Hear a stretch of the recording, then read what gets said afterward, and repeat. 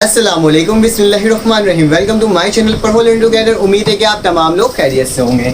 आज हम लोग एक्सरसाइज 2.5 का पार्ट 1 पढ़ेंगे। ये न्यू एक्सरसाइज स्टार्ट किया है और ये टॉपिक आपके लिए न्यू होगा क्योंकि इसके अंदर हम लोग पढ़ेंगे कि एक्लॉन फॉर्म क्या होता है और रिड्यूस एक्लॉन फॉर्म क्या होता है इस एक्सरसाइज के अंदर।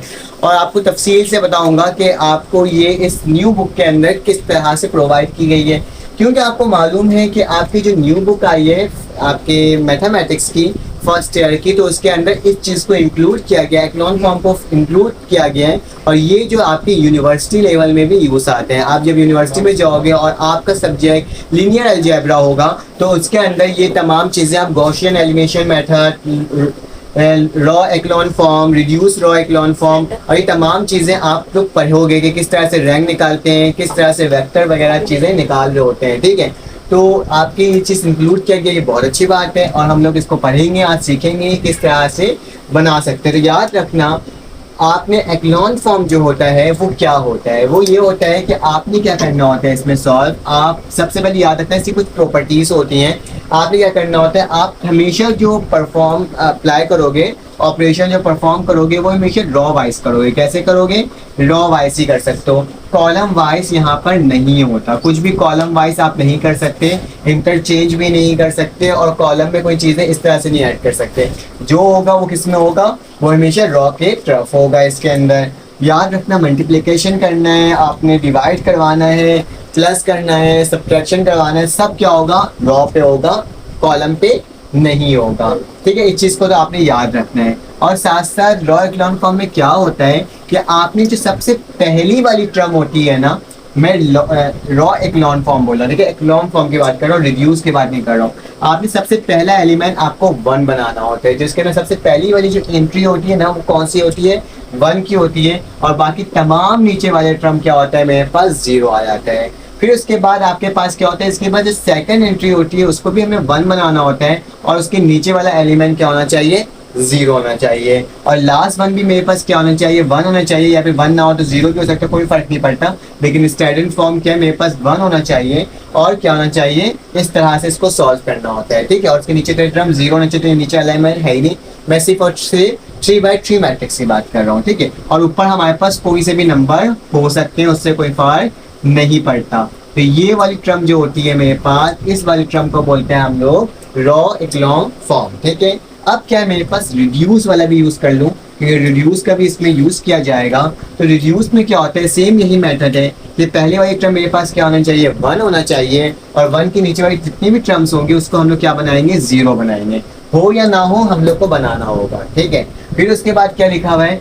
फिर मेरे पास दूसरी वाली टर्म में यही टर्म क्या होनी चाहिए? 1 होना चाहिए। और 1 होने के साथ साथ पहले हम लोग ऊपर वाला 0 बनाएंगे और फिर उसके नीचे वाला 0 बनाएंगे। इस चीज़ को हमेशा याद रखना, पहले हम लोग 0 को बनाएंगे ऊपर वाले को, फिर जाके फिर नीचे वाले को बनाएंगे। और जो लास्ट 1 होगा वो भी क्या होगा? 1 होगा और ऊपर वाली टर्म क्या होगी? पूरी 0 होगी। तो ये हमारे पास क्या होता है? रिड्यूस रॉ एक्लॉन फॉर्म होता है। और ये क्या होता है? सिर्फ एक्लॉन फॉर्म। हमारे पास जो सवाल लिखा हुआ है कि reduce the following matrices in echelon form from using the elementary operation, हमें रिड्यूस करना है। इसको किस फॉर्म में करना है? एक्लॉन फॉर्म में करना है। हमें इसको रिड्यूस एक्लॉन फॉर्म में नहीं करना, हमें इस फॉर्म में इसको रिड्यूस करना है। मतलब पहली टर्म मुझे 1 बनानी होगी यहाँ पे और उसके नीचे नीचे हमें 0 करना होगा। उसी तरह से दूसरी टर्म मुझे 1 बनानी पड़ेगी, उसके नीचे 0 करना होगा। आखिरी वाली टर्म मुझे क्या करनी पड़ेगी? 1 बनाना पड़ेगी। याद रखना, इनकी जो वैल्यूज होती है ना, हो सकता है कि आपके पास कुछ और आ रहा हो, बुक में कुछ और आंसर आ रहा हो, लेकिन मेरे पास कुछ और आ रहा हो। आप जहाँ इंस्टीट्यूट में करोगे वहाँ पे कुछ और आंसर आ रहा हो। बस फर्क क्या होता है मेथड का, कि आप मेथड किस तरह से अप्लाई करो। ठीक है, ये डिपेंड करता है आपके मेथड पे कि आपका आंसर हो सकता है अलग आ रहा हो, लेकिन आपने बनाना क्या है? 1 1 और 1 बनाना है, या फिर 0 आ जाए, कुछ भी आ जाए, कोई फर्क नहीं पड़ता है। ठीक है, बस कोशिश करना 1 के नीचे वाली एलिमेंट क्या हो? मेरे पास 0। ठीक है, तो आंसर किसी किसी के अलग आ रहे होते हैं, क्योंकि वो डिफरेंट मेथड यूज कर रहे होते हैं, डिफरेंट वैल्यूज हो सकती है। ठीक है, तो चलिए आज इसको सॉल्व करते हैं हम लोग। सबसे पहले क्या लिखूंगा मैं, मुझे इसको सॉल्व करना है, सबसे पहले मैं सोल्यूशन लिखूंगा और सोल्यूशन लिखने के बाद मैं अपने सवाल को उतारूंगा। लेकिन उससे पहले कहूँगा कि अगर आपको मेरे व्हाट्सएप ग्रुप में ऐड होना है तो व्हाट्सएप ग्रुप का आपके पास नंबर शो हुआ होगा, आप जस्ट मुझे मैसेज करोगे और आपके पास लिंक शो होगा। मैसेज में क्या करना है? अपना नाम और अपना क्लास, आपके पास लिंक शो होगी, आपके फर्स्ट ईयर साइंस ग्रुप में ऐड हो जाना है। ठीक है, और साथ साथ अगर आपने क्या चाहिए, आपने वो सीखना है, क्या बोलते हैं, आपको नोट्स चाहिए फिजिक्स केमिस्ट्री मैथमेटिक्स पीएसटी की, तो आपको कहाँ से मिलेगा वो, आपको वो डिस्क्रिप्शन के ही अंदर एक लिंक मौजूद होगी। कौन सी लिंक मौजूद होगी, उसके अंदर लिखा हुआ होगा, क्या लिखा हुआ होगा, नोट्स लिंक लिखा हुआ होगा। तो आप उस पर क्लिक करोगे और आपको वो नोट्स की लिंक का एक फॉर्म मिलेगा, आपने उसको फिलअप करना होगा। विद इन 15 डेज में आपसे कॉन्टैक्ट करूंगा और आपको नोट्स प्रोवाइड करूंगा। और साथ साथ अगर आपको चाहिए, क्या चीज़ चाहिए, मेरी लाइव क्लासेस चाहिए, लाइव में बैठकर पढ़ना है और उसमें तमाम क्वेश्चंस पूछने, तो उसका भी फॉर्म डिस्क्रिप्शन में मौजूद होगा लाइव क्लास के नाम से। आप उसमें भी आकर के क्या कर सकते हो, आप मेरे लेक्चर्स देख सकते हो, सीख सकते हो मेरे साथ, ठीक है। तो चलो आ जाओ, चलो इसको सॉल्व करते हैं और देखते हैं कि हमारे पास ये सवाल किस तरह से सॉल्व होगा। सोल्यूशन लिखा जो सवाल था, उस सवाल को मैंने क्या कर दिया, वापसी डाल दिया। 5 - 3, ठीक है, थोड़ा सा ये 13 लिखा जा रहा है। 5 - 3 - 1, यहाँ क्या हो गया 9 5 5 3 6 -3, ठीक है। अब मुझे क्या करना है, मुझे पहली वाली टर्म को 1 करना है, ठीक है, क्या करना है 1। तो मैं क्या कर सकता हूँ, मैं इस फर्स्ट रॉ को डिवाइड करवा सकता हूँ, किससे, 5 से करवा सकता हूँ। अगर 5 से 5 डिवाइड होगा तो 1 आ जाएगा, फिर ये 9/5 हो जाएगा, ये 3/5 हो जाएगा, बाकी टर्म वैसे लिखा जाएगा। लेकिन आपके बुक के अंदर उन्होंने क्या किया है, उन्होंने इसको इंटरचेंज करवा दिया है। क्या करवाए, नीचे वाले टर्म को ऊपर लेके गए हैं और इंटरचेंज करवाने के बाद उसको उन्होंने क्या किया है, उन्होंने इसे माइनस से डिवाइड करवा दिया है, इस तरह से किया है। तो मैं सबसे पहले जैसे बुक में किया हुआ आंसर आया हुआ है ना, मैं उसको आपको साथ लेकर चल रहा हूँ। तो आपके बुक में क्या किया गया, इंटरचेंज करवाए, क्या मतलब इंटरचेंज करवाने का मतलब क्या होता है, अब R लिखना है, 1 लिखना है और 3 लिखना है। मैं क्या कर रहा हूँ, R1 को मतलब रॉ 1 को इंटरचेंज करवा रहा हूँ, किससे, रॉ 3 से। तो याद रखना इसको लिखने का तरीका क्या होता है, R क्या लिखोगे, R1 3। तो मैं 1 को और 3 को एक दूसरे से क्या करवा रहा हूँ, मैं इसको इंटरचेंज करवा रहा हूँ, ठीक है। तो मेरे पास क्या हो जाएगा, मैं ये वाली टर्म को ऊपर ले जाऊंगा, तो मेरे पास क्या हो जाएगा, जब भी आप यू करते हो तो यू लिखते हो, क्या हो जाएगा मेरे पास -1, यहाँ क्या आ जाएगा पॉजिटिव का 5, ये माइनस का 3, और ये वाली टर्म वैसे लिखा जाएगा -3 5 और 6 वैसे उतर जाएगा, और ये -1 वाली जो ऊपर वाली टर्म थी वो नीचे आ जाएगी। तो मेरे पास क्या आ जाएगा 5 9 और 3, सिर्फ इंटरचेंज किया है, ऊपर वाली एलिमेंट को नीचे लिख दिया, नीचे वाली एलिमेंट को ऊपर लिख दिया, और बीच में क्या लगा दिया, जो लिखा हुआ था उसको लिख दिया। जब भी इंटरचेंज करो तो हम लोग इस तरह का निशान डाल रहे होते हैं, इसको सॉल्व करने का तरीका है, ठीक है। अब क्या करेंगे हम लोग, अब इसको मजीद सॉल्व करेंगे। मजीद सॉल्व किस तरह से करेंगे, मैं क्या करूंगा, R1 को क्या करूंगा, R1 को जो चीज़ करना होता है उसको ऐसे लिखते हैं, R1 लिखूंगा, R1 को मैं डिवाइड करवा दूंगा, किससे, माइनस से डिवाइड करवा दूंगा। तो क्या लिखूंगा, डिवाइडेड बाय, माइनस से मल्टीप्लाई भी माइनस से करवा देना तो कुछ फर्क नहीं पड़ता। मैं लिखूंगा माइनस से मैं क्या करवाने जा रहा हूँ, इसको मल्टीप्लाई करवाने जा रहा हूँ R1 को। तो माइनस से मैं क्या करवा रहा हूँ, मल्टीप्लाई करवा रहा हूँ। तो माइनस माइनस क्या हो जाता है, प्लस हो जाता है, ये माइनस का 5 हो जाएगा, ये क्या हो जाएगा प्लस का 3 हो जाएगा, ये 3 माइनस का वैसे रहेगा, 5 रहेगा, 6 रहेगा, 5 रहेगा, 9 रहेगा और 3 रहेगा। याद रखना जो काम करोगे, जो यहाँ लिखा आता है सिर्फ वही वाला रॉ चेंज होता है, उसके अलावा आपके पास चेंज नहीं हो रहा होता। फिर क्या करना होगा, हमें आगे चलना होगा। तो आगे चल के हम क्या करेंगे, अब मेरे पास ये 1 आ चुका है, क्या आ चुका है, मेरे पास 1 आ चुका है। अब मुझे क्या करना होगा, अब मुझे इसको मैं थोड़ा सेट कर लेता हूँ। मेरे पास क्या करना होगा, अब मुझे यहाँ पे इसको 0 बनाना है और इसको मुझे 0 बनाना है और इसको 0 बनाना है। तो आप क्या करोगे, इसको फर्स्ट सवाल समझने में आपको थोड़ी सी मुश्किल पेश आ रही होगी, लेकिन आप प्रैक्टिस करते जाओगे, मैं सवाल करवाते जाऊंगा तो आपको भी समझ में आते जाएगा कि हो क्यों कैसे रहा है। क्योंकि फर्स्ट क्वेश्चन ऐसा महसूस होता है कि आपको थोड़ा सा मुश्किल हो रही होगी। मुझे क्या करना है, मुझे R1 के नीचे वाली जो 1 के नीचे वाली टर्म उसको 0 बनाना है। तो 0 बनाने के लिए मैं क्या लिखूंगा, मुझे किसको चेंज करना होगा, R2 को चेंज करना होगा। तो मैंने R2 लिख दिया और लिखने के बाद मैंने एरो का निशान बनाया। अब मैं क्या करूं ऐसा कि मेरे पास ये 0 हो जाए। तो मैं क्या करूंगा, आप देखो R2 के बाद दोबारा R2 लिखते हैं हम लोग। लिखने के बाद क्या करेंगे, मैं क्यों ना इसको प्लस करवा दूं, मैं इसको प्लस करवा दूं 3R1 से। कैसे, 3R1 से मैं क्या करवाने जा रहा हूँ, प्लस करवाने जा रहा हूँ। ऊपर 1 है, नीचे 3 है। देखो R2 है, R2 में क्या मेरे पास -3 है, प्लस का निशान लगाया, 3 लिखा और उसको मल्टीप्लाई कर दिया R1 से। तो क्या हो जाए, 3 1 से कितना हो जाए, 3 हो जाता है। तो 3 प्लस -3 तो क्या हो जाएगा, 0 हो जाएगा। अभी करके दिखा देता हूँ आपको समझ में आएगा। क्या लिखा था, R2 लिखा हुआ है। तो R2 मेरे पास क्या है, मेरे पास -3। तो क्या लिखा मैंने, -3 लिखा और फिर उसके बाद कौन सा निशान है हमारे पास, प्लस का निशान है, प्लस लिखा, उसके बाद 3 लिखा हुआ है। तो क्या लिखूंगा, 3 लिखूंगा और R1 की वैल्यू लिखूंगा, क्या है मेरे पास, R1 की वैल्यू 1 है। तो मैंने क्या लिख दिया, 1, ठीक है। तो -3 + 3, 3 × 3 होता है तो क्या आ गया 0 आ गया। तो मेरे पास इसकी वैल्यू क्या आ जाएगी, मेरे पास 1 की नीचे वाली वैल्यू क्या आ जाएगी 0 आ जाएगी, और नीचे वाली वैल्यू क्या रह जाएगी प्लस का 5 ही रहेगी। ये -5 वैसे ही रहेगा, ये 3 वैसे ही रहेगा। बाकी टर्म को भी हमें वैसे ही करना होगा क्योंकि पूरे रॉ में ऑपरेशन अप्लाई हुआ है, सिर्फ इसमें नहीं हुआ था। ठीक है, अब क्या करना होगा, मेरे पास क्या लिखा हुआ है, मेरे पास लिखा हुआ है, इसी को दोबारा करते हैं। रॉ 2 लिखा हुआ है, रॉ 2 में मेरे पास क्या है 5 है, मैंने 5 लिख दिया, और फिर प्लस का निशान है, मैंने प्लस लगा दिया, फिर 3 लिखा हुआ है, मैंने 3 लिख दिया, और R1 में मेरे पास क्या है -5, तो क्या लिखूंगा -5। 3 5 में मेरे पास कितना होता है 15 होता है, तो मेरे पास क्या हो जाएगा माइनस का 15, और 5 में से 15 गया तो माइनस का क्या बचा, मेरे पास 10 बचा, तो मेरे पास माइनस का 10 लिखा गया। उसी तरह से मुझे इस वाली टर्म को भी करना होगा। 6 को 3 से करना है, तो पहले मैं रॉ 2 लिखूंगा। रॉ 2 में मेरी वैल्यू क्या है, मेरे पास वैल्यू है रॉ 2 में 6 से, ये करके दिखा रहा हूँ आपको ताकि आप कंफ्यूज ना हो। प्लस का निशान डाला, उसके बाद क्या लिखा हुआ है 3 लिखा हुआ है, और R1 की वैल्यू क्या है, मेरे पास 3 है, तो मैं क्या लिखूंगा 3, तो 3 3 से 9 होता है, और मेरे पास 6 प्लस क्या हो जाएगा 9, 6 + 9 मेरे पास किसके बराबर होता है 15 के बराबर होता है। किसके बराबर होता है 15 के ना, 1 इस पे चलेगा और प्लस क्या हो जाएगा 15, तो मेरे यहाँ पे क्या आ जाएगा 15 आ जाएगा, और नीचे वाली टर्म वैसे ही चल जाएगी 9 और 3। ठीक है, इसमें कोई फर्क नहीं पड़ेगा। तो यहाँ तक तो यकीनन आपको समझ में आ गया होगा किस तरह से करना है। चलें आए मैं इसको रब करता हूँ, फिर आगे चलते हैं और देखते हैं हमें और किस तरह से करना है। अब मेरे पास 1 के नीचे तो 0 आ गया, अब मुझे क्या करना होगा, मुझे 0 के नीचे भी अब 0 लेकर आना है, क्योंकि इसके नीचे 0 आ गया तो ये वाली टर्म को भी मुझे क्या बनाना होगा 0 बनाना होगा, ताकि क्या हो सके हमारा सवाल सॉल्व हो सके। क्योंकि हमने इसी तरह से सीखा था ना कि हर चीज को हमें क्या करना है, हमें 0 बनाना है 1 के नीचे वाली टर्म को। तो चलो आ जाओ इसके आगे चलते हैं। अब क्या करूं मैं ऐसा कि मेरे पास क्या बन जाए 0 बन जाए, तो मैं आ जाता हूँ इसको सॉल्व करता हूँ। मेरे पास क्या हो जाएगा, क्या था मैंने यहाँ पे ना माइनस का निशान डाला नहीं था, ये सवाल भी मेरे पास क्या था माइनस की ही था, तो मैंने यहाँ पे माइनस डाला नहीं था, मुझे बुक में नजर नहीं आया था। ये माइनस का निशान था, ये भी माइनस था। जब मैंने इसमें से कॉमन माइनस लिया तो ये भी क्या हो जाएगा बेटा प्लस हो जाएगा। जब ये प्लस होगा, जब हम इसको सॉल्व करेंगे मेरे पास क्या होगा, ये 20 के बराबर होगा। इस चीज़ को देख लेना, क्योंकि थोड़ा सा मसला हो गया था। क्या मसला हो गया था, मैंने यहाँ पे माइनस का निशान देखा नहीं था। जब ये पूरी टर्म माइनस था, इसको डिवाइड करा माइनस से, तो सब पॉजिटिव में हो जाएगा। जब सब पॉजिटिव में हो जाएगा तो मेरे पास यहाँ पे क्या आएगा 20 आएगा। इसको ठीक कर लेना, ठीक है। 20 किस तरह से आएगा, जिस तरह से हमने फॉर्मूला लगा के इसको सॉल्व कर रहे थे। अब क्या करना होगा, हमें अब आगे चलना होगा और देखना होगा ये किस तरह से सॉल्व हो रहा है। तो मुझे 5 का टर्म को भी क्या लेकर आना है, 0 लेकर आना है। तो चलें आज 0 लेकर आते हैं और देखते हैं कि किस तरह से ये सॉल्व हो रहा है।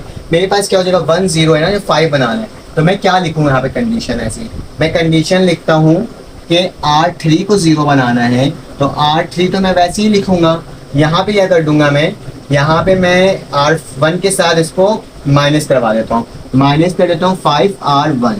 किस तरह से, ये R1 को मैंने बोल दिया 5 से मल्टीप्लाई होता है 5 हो जाएगा, और 5 - 5 इसके 0 के बराबर आ जाएगा। तो चलो और करके देख लेते हैं।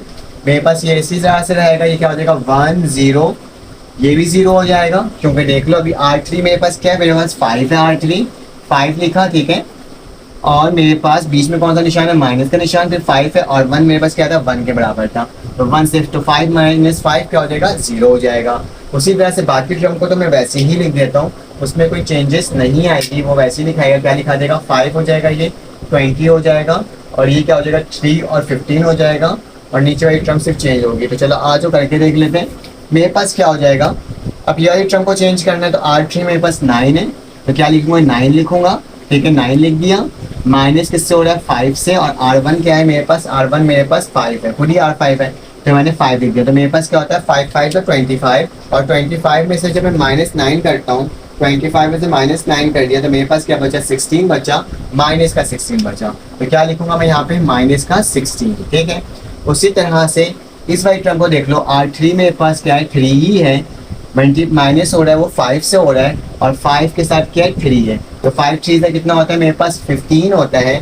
तो 15 - 3 किसके बराबर होता है, मेरे पास होता है 12 के बराबर। तो मेरे पास नेगेटिव का 12 हो जाएगा यहाँ पे, ठीक है। यहाँ तक तो कोई मसले की बात नहीं है ना, हमने यहाँ तक इसको सॉल्व कर लिया। अब आगे चलते हैं और देखते हैं किस तरह से होगा। अब हमें 20 को क्या बनाना है, हमें 20 को बनाना है 1, क्योंकि यहाँ पे क्या लिखा हुआ है 20 लिखा हुआ, और 20 तो हमें चाहिए नहीं, हमें 1 बनाना होगा इसको। अब 20 को 1 बनाने तो क्या करेंगे, मैं क्या लिखूंगा, मैं लिख दूंगा कि मैं R2 जो है उसको R2 को क्या करवा दूंगा मैं, R2 को 20 से डिवाइड करवा दूंगा। क्या करवा दूंगा, R2 को 20 से डिवाइड। तो क्या लिखूंगा, R2 लिखूंगा डिवाइडेड बाई 20 लिख दूंगा। इसके नीचे 20 आ जाएगा, इसके नीचे 20 आ जाएगा। तो देखिए हमारे पास क्या वैल्यू आ रही है। मेरे पास देखो ये 1 हो गया, ये 5 हो गया, ये 3 हो गया, ये 0 हो गया। जब 20 डिवाइडेड बाई 20 होगा तो क्या आ जाएगा, 1 आ जाएगा। और 15 डिवाइडेड बाई 20 क्या, 15 डिवाइडेड बाई 20 तो 5 3 था 15, 5 4 था 20। मेरे पास क्या आ जाएगा, 3/4 आ जाएगा। तो यहाँ क्या वैल्यू आ जाएगी, 3/4 आ जाएगी। और यहाँ पे मेरे पास 0 रहेगा, -16 रहेगा और माइनस का 12 रहेगा। यहाँ तक तो कोई हमारे पास चेंजेस आ ही नहीं। अब क्या करना होगा, हमें मजीद करना होगा। या -16 को हमें 0 बनाना है। क्या बनाना है, -16 को 0 बनाना है। तो -16 मेरे पास 0 कैसे बनेगा, क्योंकि 1 के नीचे वाली टर्म क्या होनी चाहिए, 0 होना चाहिए। तो हम लोग लिखते हैं कि ρ3 को हमें 0 बनाना है, तो हम ρ3 लिखेंगे। हम इसको प्लस करवा देंगे 16 ρ1 से, देखो माइनस का निशान है। अगर ये प्लस होगा 1 से तो 16 बनता 16 हो जाएगा, और प्लस माइनस माइनस होगी क्या हो जाएगा, दोबारा से मेरे पास 0 आ जाएगा। तो मैं एक काम करता हूँ, मैं इस वाली टर्म को मिटाता हूँ और यहाँ पे लिखता हूँ कि हमें समझ में आ जाए कि हम लोग करके आ रहे हैं, कहाँ तक हमारा आंसर आ रहा है। ठीक है, तो मैंने इस वाली पूरे टर्म को रब कर दिया यहाँ पे, और आगे कंटिन्यूसली चलते जाते हैं अपने फॉर्मूला के अकॉर्डिंग। तो मेरे पास क्या हो रहा है, ये जो R1 है क्या इसको बनाना है, इसको 0 बनाना है ना। तो चलो आ जाओ, मेरे पास 1 0 1 0 0 वैसे ही रहा, और ये क्या हो जाएगा 5 1 वैसे ही रहा। 16 के नीचे क्या आ जाएगा, मेरे पास फिर से 0 आ जाएगा। क्या आ जाएगा, 0, क्योंकि 16 - 16 क्या होता है, 0 होता है। और 3/4 वैसे ही रहेगा, 3 और 3/4 वैसे ही रहेगा। अब इसको करना है ना, इसको देख लो। R3 मेरे पास क्या है, मेरे पास 12 है, बीच में प्लस का निशान है, माइनस का 12 है, याद रखना माइनस का 12 है, प्लस बीच में प्लस का निशान है, फिर 16 है, 16 लिख दिया। और मेरे पास वो क्या है, R1 क्या है, 3 है, सॉरी R2 होगा यहाँ पे, R1 नहीं R2, याद रखना R2 से करवाया था। ठीक है, ये याद रखना R2 से करवाया था। जैसे 1 तो यहाँ पे है तो R2 से करवाएंगे।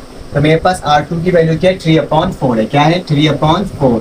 16 को जब हम 3 से मल्टीप्लाई करते हैं, 16 को जब मैंने 3 से मल्टीप्लाई किया तो मेरे पास क्या आ गया, 48 आ गया।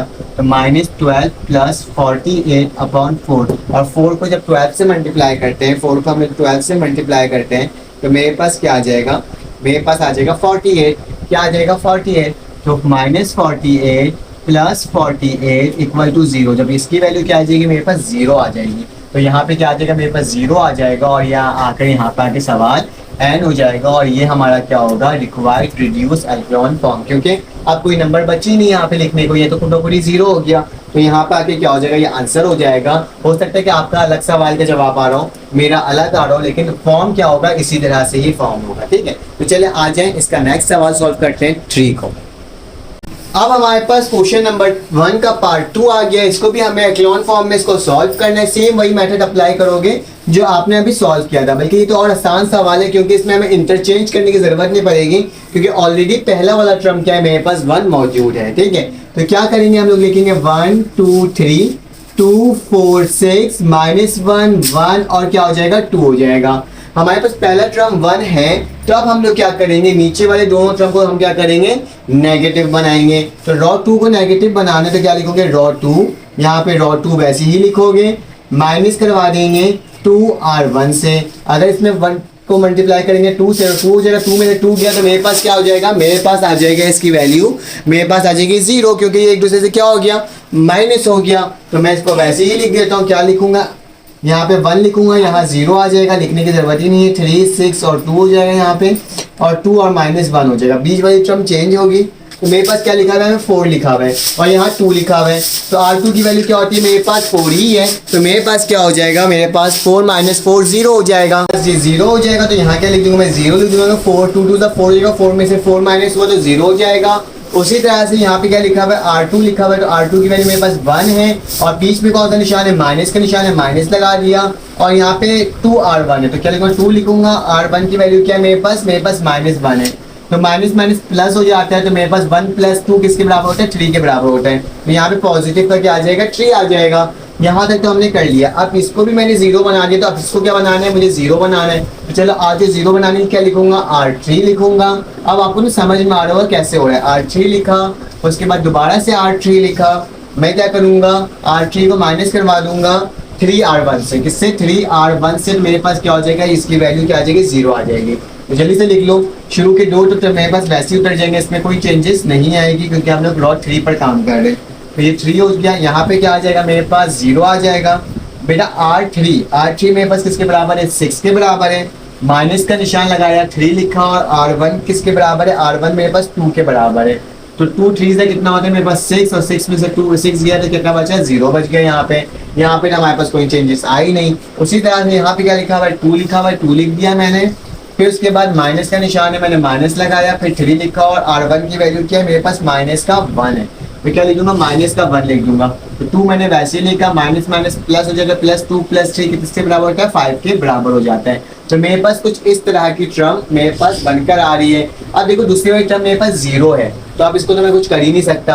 अब लास्ट वाली टर्म को क्या कर देता हूँ मैं 1 बना देता हूँ। कैसे बनाऊंगा कि R3 जो है मेरे पास क्या हो जाएगा, R3 को डिवाइड कर दो 5 से, तो ये 5 से डिवाइड होगा तो 1 हो जाएगा। तो क्या आ जाएगा मेरे पास 1 2 -1 0 0 3 और यहाँ क्या आ जाएगा 0 0 1। तो ये मेरे पास क्या होगा आंसर होगा आपके इस वाले क्वेश्चंस का। याद रखना आपका हो सकता है कि अलग क्वेश्चन आ रहा होगा, आपका अलग जवाब आ रहा होगा, आपने किस तरह से मल्टीप्लाई और डिवाइड किया होगा। तो आपका हो सकता है कि आपका यहाँ पे 0 आ रहा हो या 1 आ रहा हो। हमने जो मेथड अप्लाई किया है हमारे हिसाब से ये तमाम मेथड बिल्कुल ठीक हुआ है और यहाँ पे 1 आएगा अगर हम लोग रॉ इक्लोन फॉर्म को यूज करते हुए इसको सॉल्व करेंगे तो।